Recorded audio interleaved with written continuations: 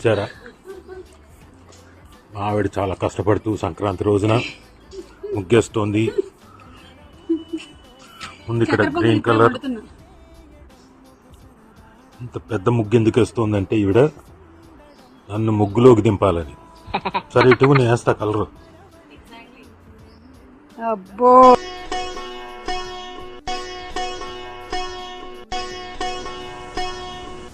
ఎంత అద్భుతంగా ఉంది సంక్రాంతి. దీని తర్వాత నువ్వు కొంచెం పులిహోరకు మసాలాలు వేపేసి, ఆ తర్వాత కొబ్బరి అన్నం కావాల్సిన వేసి, ఆ తర్వాత గారెలు వేసేసి